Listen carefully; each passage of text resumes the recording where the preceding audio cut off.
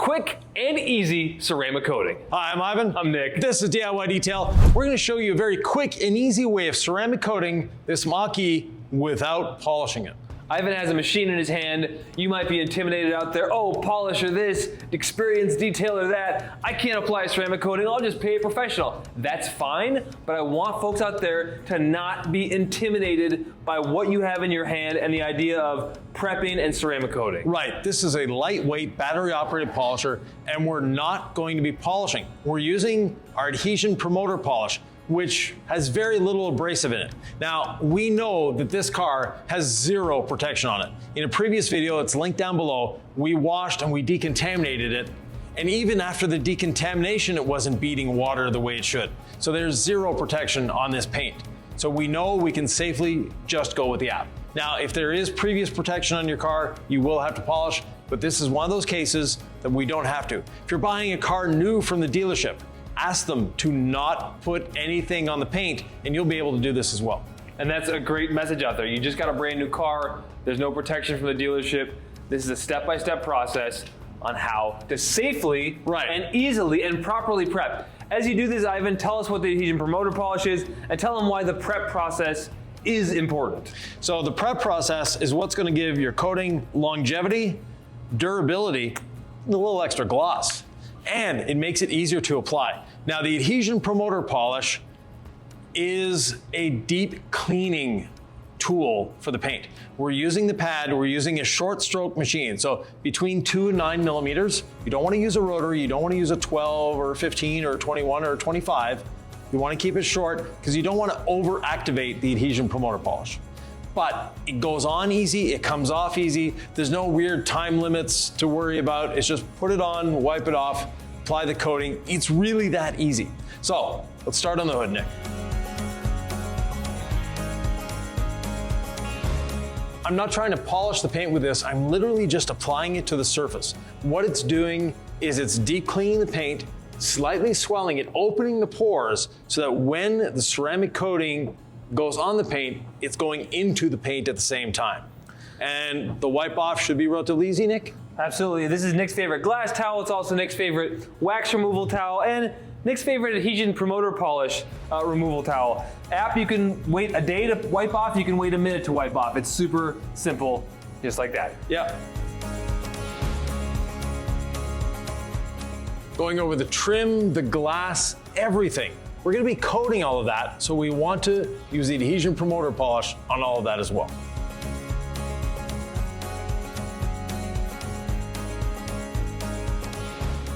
With adhesion promoter polish, you know it's time to reapply when you don't see it on the windows anymore. On this piano black trim, I can still see a bit of outline of the polish. Time to put 1 or 2 more drops on the pad and just keep going.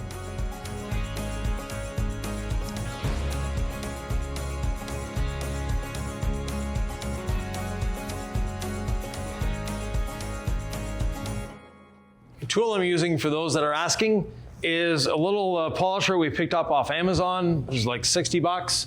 Comes with batteries, but the batteries from the DIY detail polishers just happen to fit as well. So nice little bonus there. But it's quiet, it's efficient, it does what we need it to do.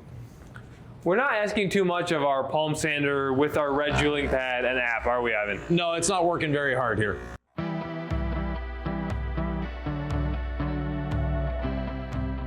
Ivan, let's say I was feeling apprehensive about using a machine and a pad and buying the bottle of app. I could also use panel prep before our 8-year coating, right? Oh, definitely. You can use the panel prep, but app actually makes the coating application easier. It doesn't take any more time to do this step than it would panel prep when doing it properly, obviously. And you're going to get a longer lasting coating because of it. You're getting more gloss, more depth, and an easier application. I find that the coating almost self-levels, which means you don't have to worry about high spots. Right. Your incidence of high spots are a lot less when you use the app because it's opening up the paint and the coating's going into the paint instead of sitting on the paint. While Nick is finishing up, wiping off the last little remnants of the adhesion promoter polish, I'm going to apply some tire lotion. Time to apply the ceramic coating. It's an easy thing to do. People freak out about the ceramic coating. It's the easiest part of the detail. Absolutely the easiest part. You want to get the prep right. Wash, decontaminate. Panel prep or adhesion promoter polish. Right. Wipe off, and now we have squeaky clean paint, Ivan. We gotta get the coating on, and we have to level or wipe it off. Right, and we're not wiping it off. The coating has instant bond technology, so as soon as this applicator touches the paint with the coating, it's there. What we're doing is leveling and removing the carrier solvents. So leveling means there are areas that there's a little more coating than other areas. We're actually leveling or spreading them out with the towel. Then the secondary towel is picking up the remainder of the carrier solvents, and we keep going. We like to call the black towel the insurance towel.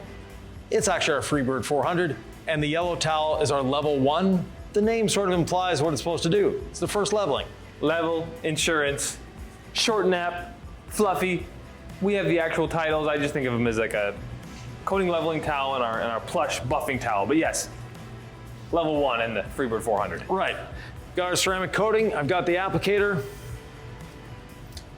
A couple little drops on the applicator. How many is a couple? 8 to 10. But this is just the first time. After this, I'm not going to put that much on.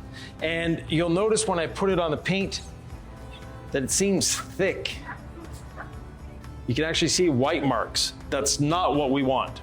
I want to spread this out, and we want to apply the coating almost as thin as possible. Remember, as soon as it touches the paint, it's bonded, it's there. I want to go past the edges.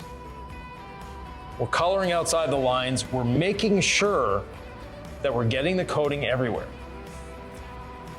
Boy, it can be hard if your lighting's not good to see what we can see here, which is kind of this oil slick on water look. Yeah. When half of this is gone, I'm gonna level, but because of our new coatings, I could just level right away. Yeah, you could, but you're going through your towels too much when you do that.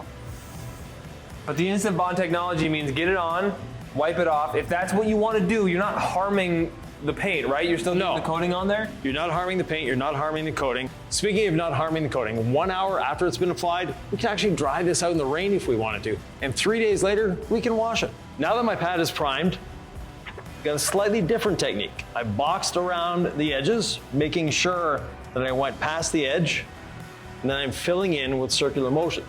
The reason for the circular motions is very simple. I'm not starting and stopping. And when you start and stop, that is when you have potential high spots. Now you notice how thin we're putting the coating on. And that is great. Some people say, well, why don't you have a sweating coating? Because some people like a coating that sweats. Which is like those little beads almost? Right, and any coating on the market will sweat if you put too much of it on. So we'll watch it there and see it's starting to sweat. It's starting to gather up. That's because I put way too much on. When you put too much on, you're not helping yourself. Instead, we like to put it on as thin as possible. That way, this bottle will do more than one vehicle, getting more value for your money, and it's actually easier to apply and easier to use that way. Nick used to be known for his propensity for leaving high spots. I don't know, Ivan. I've been humbled lately. I put way too much coating on a recent job, and I called you and I said, it's hazing up. Right. I've applied it. I've leveled it as perfectly as I could, and then I noticed on the windows there was this sort of haze resurfacing, and I got really humble. I thought, you know what?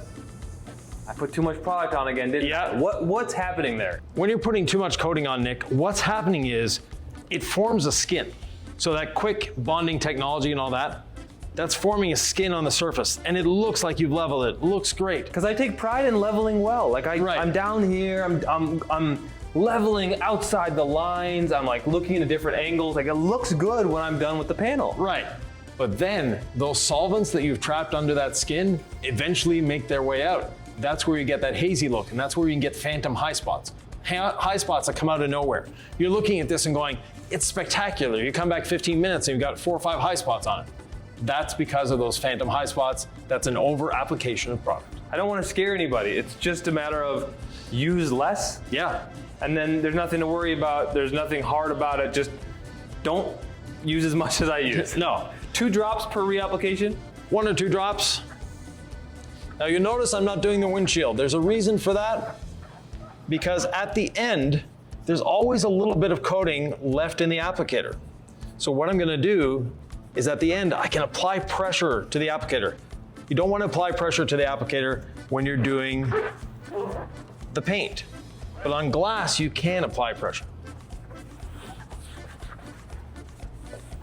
So that last little bit on the windshield, I'll apply pressure, and if there's any coating left in the applicator, it'll be deposited on the windshield. So you notice we're going back and forth here. The reason we're doing that is to not be in each other's way. So while Nick is leveling the upper portion of this door, I'll be applying to the upper portion of this door. And then when he's leveling the upper portion of this door, I'll be applying to the lower portion of the front door. That way, once again, we're not in each other's way. What if you were just going solo? What order would you go in? I like to do one panel, the second panel, level the first, apply to the third, level the second, apply to the fourth. Just hopscotch back and forth like that. If it's just you by yourself? Yep. That way I'm not wasting any time. So I'm gonna box in the panel.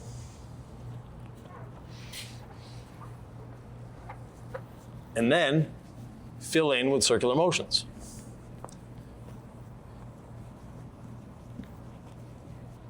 And this is where a lot of people have problems with our applicator, is on the side panels. Because they're using it like this. So you see how my shoulder is all up in the air, my elbow isn't happy, neither is my wrist. Just turn your hand around in the applicator and it makes getting in there a lot easier. And now I've got less stress on my body. Once I've done the paint, be sure to get around the emblem, and then I'll finish with the trim.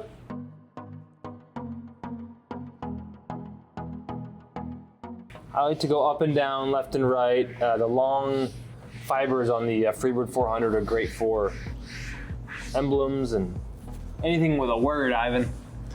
What do you call these? Emblems? Badges? Yeah, emblems, badges. Anything with an emblem or a badge just does a really nice job when you're doing that final insurance leveling step.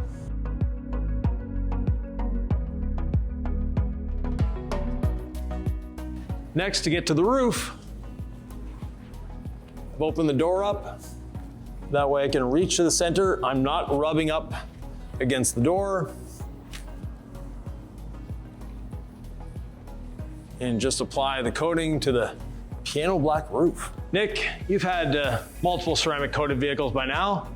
Why do you want a ceramic coating on your vehicles? The reason I would want a ceramic coating on my vehicle, the reason I would recommend my sister, my aunt, my uncle, my friend, my neighbor get one, they're just so much easier to clean. Are they bulletproof, Ivan? Not at all. Are they scratch proof, Ivan? Definitely not. Do they require at least some level of maintenance, like a relationship, like your body, like anything in this world? A little bit of maintenance, but no more than your regular car wash. Right. That's all you need. There's not a specific, oh, now that I have a coating, I have to do this, this, this, and this. That's a myth in the industry. You don't need to go over the top. You just need to keep it clean. Exactly. And once in a while, decontaminate it. I just meant, like, it's not a bulletproof, you do this once and you're good forever. With that said, they are so much easier to clean. Yes. That is my favorite part about it. You go to give your car a wash, the bugs, they run away. Yeah. The bug guts fly off, the crud flies off. It's just so much easier to maintain. So if you're the kind of person who's like, oh, it's so much work to wash my car, I just don't even want to do it, get your car coated and then you'll want to wash your car. 100%. I think every car that anyone cares even remotely about should have a ceramic coating, whether it's a used Toyota Tercel or a brand new Porsche. I've said it many times, every car deserves a coating. Well, I didn't always believe it until I started to use our coatings, and they're so easy to apply, and anybody can do it, and they're so good. Like, we didn't just white label someone else's product. No. So upper part of the hatch and the roof here. Our coatings are definitely our own formulas. They're designed by us. They're manufactured for us. Obviously, we don't have a factory making these, but we own the recipe. So very much our own coatings, and they're so easy to work with. That was one of my main criteria, was ease of use. A coating shouldn't be difficult to apply. In today's day and age, there's no reason for that. We're coating plastics. We're coating piano black trim. We're coating glass. Yeah. What can't get coated? The tires, Okay. and actually the interior glass. That's actually a good point. You don't want anything hydrophobic on your interior glass. Now there's a bit of water coming out of this. I don't want Nick getting that water on his leveling towel, so I'll take it out here. So I did the rear quarter panel. That way I can do the hatch. You notice we did the top half of the hatch as one section, and we'll do the bottom half as a second section. Getting around the little Mustang. Some people don't really agree with the Mach-E being called the Mustang. There's actually no word Mustang on it anywhere, but it does have the little horse front and back. So purists will say it's not a Mustang. Those that have driven this will say it definitely has the heart of a Mustang. Just doesn't sound like it.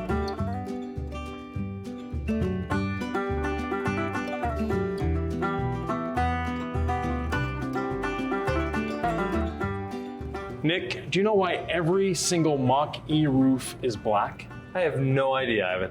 It's trompe-l'œil, which means to fool the eye. And what they've done is, if this blue line here were the actual roof line, it would be very uncomfortable to sit in the back seat. You'd have no headroom. So they have this top roof that's a lot higher, black. So from a distance, it just looks like a nice sleek car, when in reality, it's a boxy coupe, or it's a boxy SUV. Huh. I guess I see it now. Wait, so it's supposed to look like a boxy SUV, or it's supposed to look like a sleek? Wait, what is it, and what is it supposed to look like? It's supposed to look nice and sleek and low. But the black roof makes that disappear, makes that height disappear. So from a distance, all you see is this nice blue shape. You don't see that top black shape. So it really is more of a boxy SUV, but it looks like a sporty car. Right. Oh, even though every vehicle is different, it has a different history, a different paint. Maybe two vehicles that were looking alike were built in different factories, right? You never really know. We have just a plug and play recipe. If you just do it in these steps, I'm always like pleasantly amazed at how well this system works for someone, especially who doesn't have a lot of experience. Super simple, super easy to do.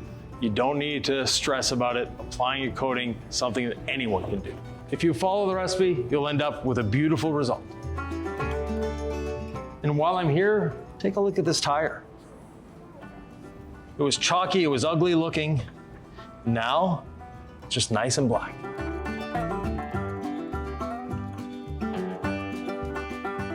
Last thing to do is the windshield. Always save it till last for myself. That way, I can easily put a little bit more pressure on the applicator and squeeze out every last drop of coating.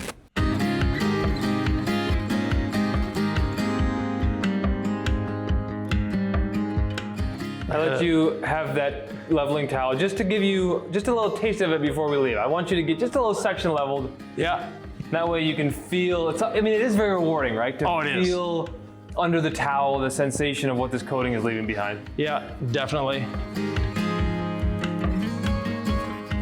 We have a drip coming from the wiper. We'll get that off of there, put the wiper back down. I mean, just water, not a huge deal. That was the first thing we coated. Are we gonna be okay? Oh yeah, we're fine. Okay. I mean, that might happen to someone in the real world, so. Yeah, there we have it. Oh, I see the wiper drip. It's going all the way down. Look at those tight water beads all the way down. It's going all the way to the front. One drop did all of that. Wow. What a stunning result. It's just something that anybody can do. We're empowering you to take your own vehicle in your own hands. Its future, its fate, its ability to be cleaned easily. When you're driving down the road in a rainstorm, these tight water beads will just evacuate so quickly and you'll be like, my vehicle's protected from the elements. It sure is. And you know, the other thing is with our coatings, they're very user-friendly to apply, but they're user-friendly to own as well. Meaning that in 1 hour, we can drive out in the rain. In 3 days, we can wash it, and maintaining your car will be easier once it's coated. It doesn't require special shampoos. It doesn't require special soaps, special techniques. Just wash your car and enjoy it. It makes owning the car and cleaning it simply easier. Right, and speaking of easy cleaning, here's a video you might want to see right here.